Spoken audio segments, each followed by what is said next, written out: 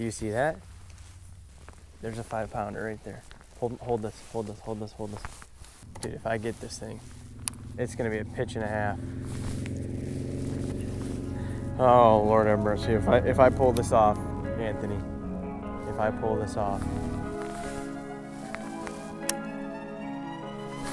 Got him. Oh no, he's stuck in the tree. Here, grab my rod. The most ridiculous thing, dude. Dude, that might be 7. Go home fishing. Welcome back, everybody. It feels so good to be back on open water. You guys have no idea. It's a beautiful bluebird day. Today I'm out here with Mr. Tug Tug. He's currently riding the net into the sunset, or the sunrise at this point right now. Here at one of my favorite lakes to fish. We got the Tight Line Tank John boat, and we're gonna set sail and try and just hook into some big spring mamas today, baby. Spring is one of my favorite times to fish. The fish are big, the fish are hungry, and they are shallow. Well, hopefully they're gonna be shallow. I don't know if they moved up yet. Yeah, it was 29 degrees last night. It was 30 degrees the day before. We had a pretty consistent cold front come through, but the next few days are supposed to be in the 60s. Today it's about 54 degrees. So I'm thinking these fish are gonna move up a little bit, and I think it's gonna be juicy. We got all the baits you can ask for today.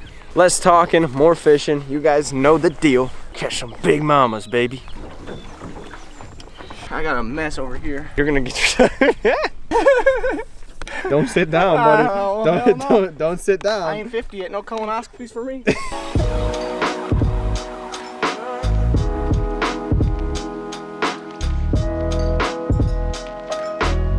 All right, I'm gonna do something a little bit different. Yeah, Mr. Dog, how do you feel about that? Oh, okay. So you just gotta talk to the dog sometimes, and you know they just dip out. Start with a little square bill here. See if we can make something happen. Mr. Dog, man. Ooh, I almost just threw my rod in the water. Oh, there goes your rod sleeve.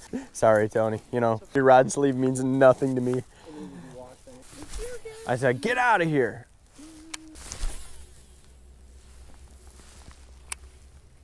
I'm gonna put down the square bill. I'm gonna try a lipless crank, and if that don't work, then we're probably gonna go to a jig. But so there's kind of two ways this is gonna go. I think because of how big of a flat this area is on the lake, at least from what I remember from the graph, if these fish resorted back to those winter holding grounds, you know, because that cold front came through, there might be more fish pushed up on those banks, because that's the quicker transition from the deep water. You know what I'm saying? So if they moved back deep and they're coming back up, they might be over there, because this is like a 3 to 6 foot flat for a while. And the deep end is almost on the other side of the lake. No, this was all like 3 to 5 foot max. And then the closer we got to the shore, it was like 1.5 to 2. And when we were fishing pre-spawn last year, we were killing them, but we were killing them super shallow because all the fish had moved up already. But that was in like late April.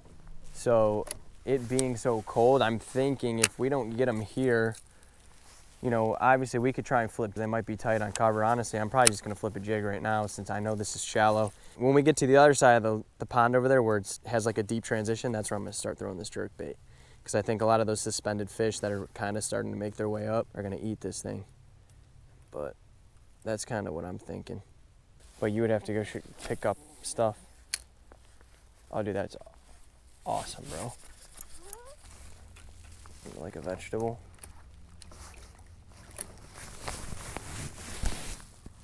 Yo, okay, babe, I gotta go. Bye. Do you see that? There's a 5-pounder right there.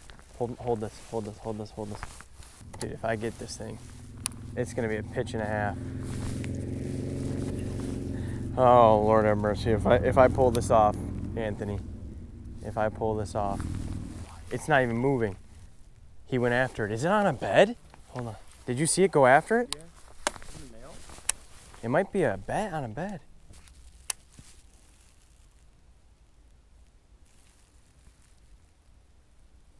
He had not a damn care in the world. But the way he attacked made me feel like it was on a bed. I got this guy. That was a 4-pounder all day. He'll be back. We'll come back.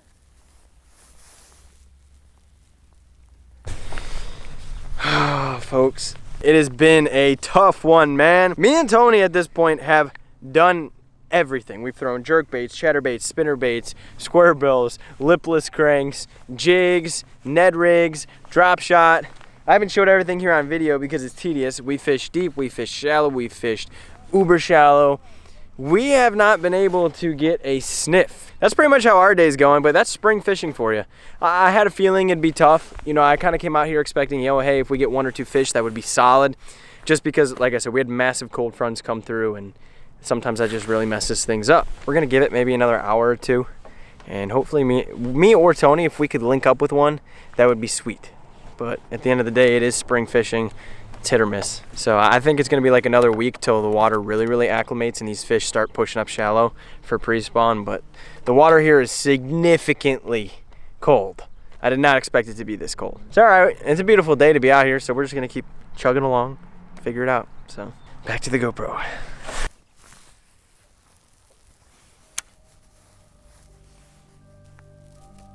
There's my buddy, he's back.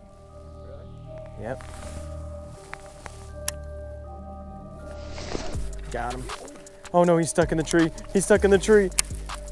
He's stuck in the tree. Come on. Here, grab my rod, grab my rod. Give me the big fish. It's a big fish. Get him, Anthony. He's stuck in the tree. Oh my God. Here, hold on. I can't. Dude, that was the most ridiculous thing, dude. It's a donkey, dude. Dude, that might be 7, 6. No, it's 5.5, maybe 5, not 6. Oh my God. Dude, in the tree. Big, bro. Here, on. What the hell? Dude. I told you I was coming back for you. Wow. All I can say is wow. We're pretty much about to call it because I got dinner plans. I gotta go do stuff. We have fished all dang day. Not a sniff, not a bite. We fished every single lure you guys can think of. We fished deep, we fished shallow. And then we were riding along the shoreline because I got snagged in a tree. And I seen a fish on shore, threw a jig at it and missed him.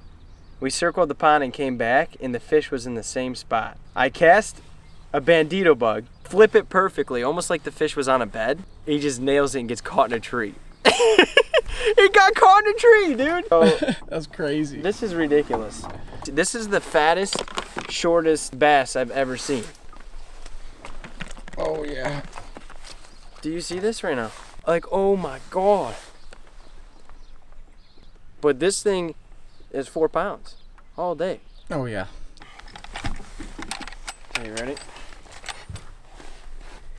Oh my Lord. 475. Freaking 475. That is sick. Alright. Alright, girl. I don't know what that was. Sorry to put you through so much crap with the tree, but really early fish. Big old tank. Just boop, boop. Well, hey. Dude, good Made it worth it. stuff. If you guys are curious, the setup and everything that I did, I'm gonna call it Old Reliable. Guggen Squad rod, the muscle rod, Guggen Squad fluorocarbon, Guggen baits, bandito bug. What pound test is that? 17 pound. Yeah. 17 pound test. It'll do it. And I'll tell you what, if I did not have this 17 pound test, Yeah. that fish wouldn't have hung like that in the tree. Nope. Your lure would be gone.